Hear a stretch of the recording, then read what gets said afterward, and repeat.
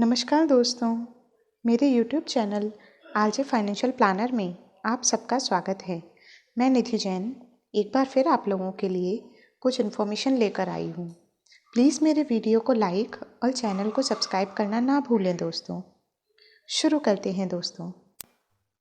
आज मैं बात करने जा रही हूँ ऐसे टर्म इंश्योरेंस के बारे में जिसे कोई भी ले सकता है, चाहे आप कोई भी काम करते हों, चाहे आप कितने भी पढ़े लिखे हों, आप इस टर्म इंश्योरेंस को ले सकते हैं। ये प्लान ज़्यादातर उन लोगों के लिए है जिनकी आय बहुत कम है और वो ज़्यादा पढ़े लिखे नहीं हैं, क्योंकि हर कंपनी में टर्म प्लान के लिए 12th पास की रिक्वायरमेंट होती है, लेकिन इस प्लान में ऐसा कुछ भी नहीं है। इसे कोई भी अवेल कर सकता है। ये पॉलिसी हर कंपनी के पास 1 जनवरी 2021 से उपलब्ध होगी। IRDA ने 14 अक्टूबर 2020 को सभी लाइफ इंश्योरेंस कंपनीज के लिए एक सर्कुलर जारी किया है और सभी कंपनी को सरल जीवन बीमा नाम से स्टैंडर्ड टर्म इंश्योरेंस की पॉलिसी को मार्केट में लाने के लिए गाइडलाइन जारी की है। ये एक स्टैंडर्ड टर्म इंश्योरेंस पॉलिसी होगी जिसमें हर कंपनी के टर्म्स एंड कंडीशंस एक जैसे होंगे। सिर्फ अलग अलग कंपनीज का प्रीमियम अलग अलग हो सकता है।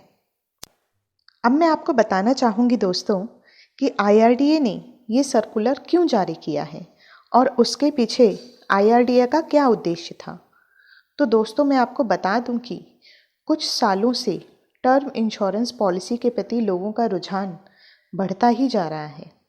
लोग टर्म इंश्योरेंस पॉलिसी के प्रति आकर्षित हो रहे हैं, जागरूक हो रहे हैं, क्योंकि दोस्तों असल ज़िंदगी में देखा जाए तो बीमा का सही अर्थ टर्म इंश्योरेंस ही है। इस सोच को मद्देनज़र रखते हुए IRDA ने ये सर्कुलर जारी किया है कि सरल जीवन बीमा नाम की ये insurance policy, standard term insurance policy प्रत्येक कंपनी द्वारा सेल की जाएगी, जिसमें नियम और शर्तें हर कंपनी की समान होंगी, केवल प्रीमियम अलग अलग हो सकते हैं।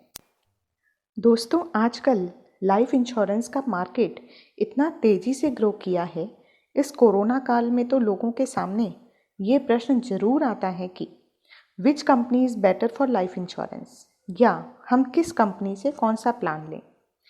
क्योंकि हर कंपनी के अपने अपने फीचर्स होते हैं, अपने अपने बेनिफिट्स होते हैं। किसी कंपनी के प्लान अच्छे हैं तो कोई कंपनी की सर्विसेज अच्छी हैं, तो कोई कंपनीज के क्लेम सेटलमेंट रेशियो। तो इस दुविधा को दूर करने के लिए IRDA ने ये ठोस कदम उठाया है और एक स्टैंडर्ड टर्म इंश्योरेंस पॉलिसी लाने को कहा है। अब हम बात करते हैं कि दोस्तों इसको कौन कौन ले सकता है, इस पॉलिसी को कौन कौन ले सकता है और इसकी आवश्यक शर्तें क्या क्या होंगी। अब हम देखते हैं कि इसका एलिजिबिलिटी क्राइटेरिया और इसके फीचर्स क्या क्या हैं। इसकी जो मिनिमम एंट्री एज है वो है 18 साल और मैक्सिमम जो है वो है 65 साल और मैक्सिमम मेच्योरिटी एज जो है वो है 70 साल। मीन्स अगर कोई व्यक्ति 65 साल का है और वो इस प्लान को ले रहे हैं और उनका पॉलिसी टर्म अगर हम देखें वो 65 साल के व्यक्ति हैं और इस प्लान को लेना चाहते हैं वो, तो उनका पॉलिसी टर्म सिर्फ 5 ईयर्स का होगा, क्योंकि इसमें 70 साल की मेच्योरिटी एज है। पॉलिसी टर्म हम कितने से कितने साल का ले सकते हैं?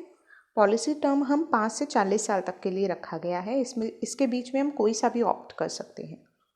मिनिमम 5 साल, मैक्सिमम 40 साल, इसके बीच का आप कोई सा भी पॉलिसी टर्म ले सकते हैं।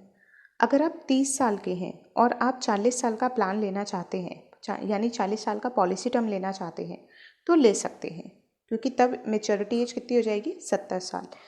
परंतु अगर कोई व्यक्ति 35 साल का है और वो 40 साल का प्लान लेना चाहता है, यानी पॉलिसी टर्म 40 साल का लेना चाहता है, तो वो नहीं ले पाएगा, क्योंकि 35 साल और 40 साल दोनों मिला के 75 साल होते हैं और इसमें लास्ट मेच्योरिटी एज जो है वो 70 साल है। इसलिए 35 साल का व्यक्ति अगर प्लान लेना चाहता है तो वो 35 साल का ही ले सकता है, यानी उसका पॉलिसी टर्म भी 35 साल का हुआ, तब दोनों को मिला के 70 साल हो जाएंगे, तो 70 साल का मेच्योरिटी एज हो जाएगी। नेक्स्ट क्राइटेरिया है इसके सम एश्योर्ड का, यानी मिनिमम सम एश्योर्ड। IRDA ने मिनिमम सम एश्योर्ड रखा है वो है 5 लाख का और मैक्सिमम जो रखा है वो रखा है 25 लाख का। इसमें आप किसी भी सम एश्योर्ड का प्लान आप अवेल कर सकते हो, लेकिन 50,000 के मल्टीपल में ही आप ले पाओगे इसे। यानी अगर 5 लाख ले रहे हो और 5 से आपको ज़्यादा का लेना है तो 5.5, 6 लाख, 6.5 लाख, 7 लाख, इस तरह के आप 50,000 के मल्टीपल में ही आप ले सकते हो सम एश्योर्ड को। नेक्स्ट क्राइटेरिया है इसमें प्रीमियम पेइंग ऑप्शन। मीन्स हम किस किस पेइंग ऑप्शन में ये प्लान अवेल कर सकते हैं। इसमें 4 ऑप्शन अवेलेबल हैं। रेगुलर मीन्स जितने ईयर का पॉलिसी टर्म है उतने ईयर तक का हम प्रीमियम ले सकते हैं, मतलब प्रीमियम हम दे सकते हैं। अगर हमने रेगुलर ऑप्शन ऑप्ट किया है तो हमें जितने साल का हमारा पॉलिसी टर्म होगा उतने ही साल का हमारा प्रीमियम पेइंग टर्म होगा। जितने साल तक पॉलिसी चलती रहेगी उतने साल तक हमें प्रीमियम देते रहना है। दूसरा ऑप्शन है इसमें लिमिटेड फॉर 5 ईयर्स, मतलब 5 साल ही हमें प्रीमियम देना है और आगे नहीं देना होगा और पॉलिसी हमारी ऐसे ही कंटिन्यू चलती रहेगी। ऐसे ही तीसरा ऑप्शन है लिमिटेड फॉर 10 ईयर्स, जिसमें सिर्फ 10 साल ही प्रीमियम देना है और उसके बाद में आगे पॉलिसी वैसे ही चलती रहेगी। नेक्स्ट ऑप्शन है हमारा फोर्थ ऑप्शन, वो है सिंगल प्रीमियम का। सिंगल प्रीमियम मीन्स हमें एक ही बार पूरा प्रीमियम पेइंग टर्म, जो भी पूरा हमारा प्रीमियम है पूरे प्रीमियम पेइंग टर्म में, वो हम एक ही बार दे देंगे, फर्स्ट टाइम ही दे देंगे और हमें बिल्कुल सोचना ही नहीं है, हमारी बस पॉलिसी एज इट इज़ चलती ही रहेगी, उसमें हमें सोचना ही नहीं, बस एक ही टाइम देना होगा। और लेकिन हमें ये जो चारों ऑप्शन है ये कब हमें डिसाइड करना होगा, जब हम पॉलिसी ले रहे हैं तभी हमें डिसाइड करके बताना होगा कि हम कौन सा ऑप्शन अवेल करना चाहते हैं। तो ये तो हो गया प्रीमियम पेइंग ऑप्शन। अब प्रीमियम पेइंग मोड कौन कौन से हैं, कौन कौन से आप चूज कर सकते हो। इसमें प्रीमियम पेइंग मोड 3 हैं, ईयरली, हाफ ईयरली और मंथली। ग्रेस पीरियड भी बेसिकली मोड्स पे ही डिपेंड करता है। यानी अगर आप ईयरली मोड का लेते हो या हाफ ईयरली मोड का लेते हो प्रीमियम पेइंग मोड, तो 30 दिन है ग्रेस पीरियड, और अगर आप मंथली मोड का लेते हो तो आपका ग्रेस पीरियड 15 दिन का है। आप इनमें से कोई भी ऑप्ट कर सकते हो प्रीमियम पेइंग मोड। ईयरली अगर आप लेना चाहो तो 1 साल ही आपने प्रीमियम देना है, मतलब हर साल आपने प्रीमियम देना है और ख़त्म हो जाएगा, प्लान जब तक का है वो चलता रहेगा। हाफ ईयरली में मतलब साल में 2 बार देना है, मंथली मीन्स हर महीने देना है। तो आप इस अकॉर्डिंग आप अपना प्लान चूज़ कर सकते हो। प्रीमियम पेइंग ऑप्शन भी आप इस तरह चूज़ कर सकते हो। उसका ग्रेस पीरियड भी ईयरली और हाफ ईयरली मोड पे 30 दिन है और मंथली मोड पे।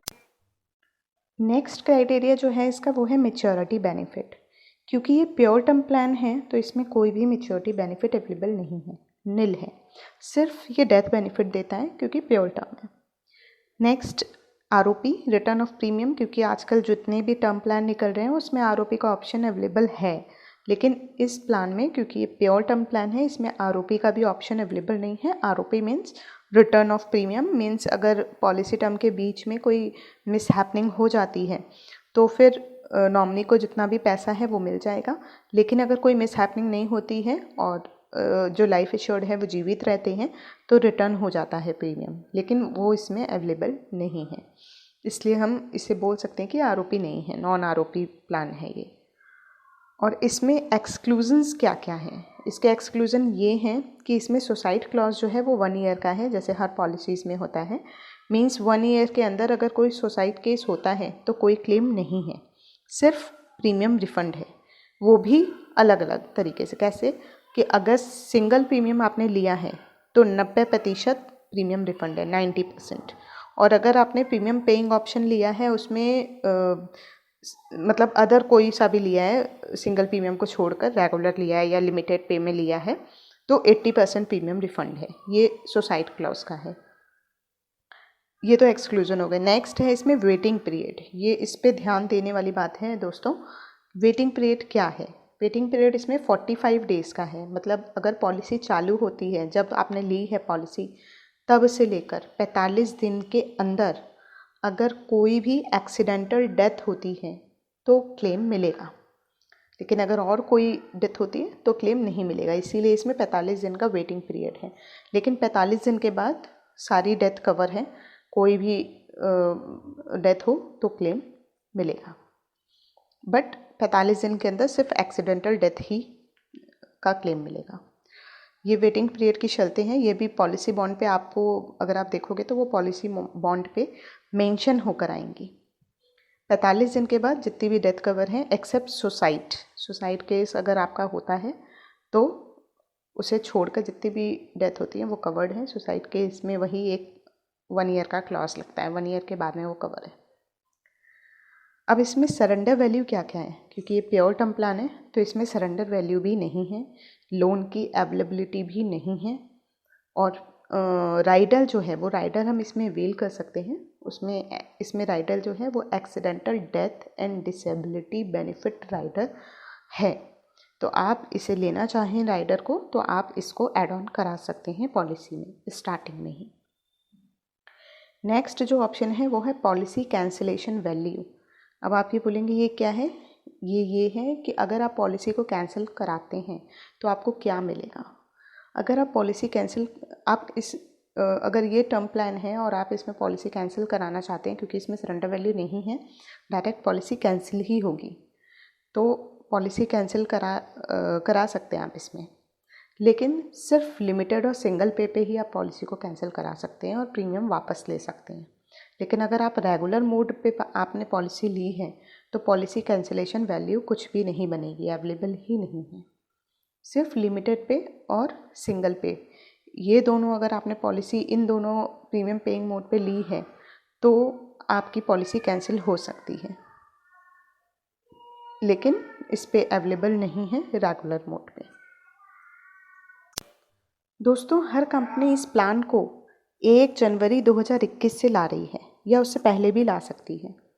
इस प्लान के क्लेम को कोई भी इंश्योरेंस कंपनी रिजेक्ट नहीं कर सकती। आप चाहें तो इस प्लान को आप हमारे द्वारा भी परचेज़ कर सकते हैं। हमारा नंबर डिस्क्रिप्शन बॉक्स में अवेलेबल है और आपकी स्क्रीन पर भी शो कर रहा है। आप चाहें तो इस प्लान की पूरी जानकारी भी ले सकते हैं। अब मैं आपसे विदा लेती हूँ दोस्तों। फिर कुछ इन्फॉर्मेटिव वीडियोस के साथ मैं निधि जैन आपके सामने रूबरू होंगी। तब तक के लिए stay safe and bye bye.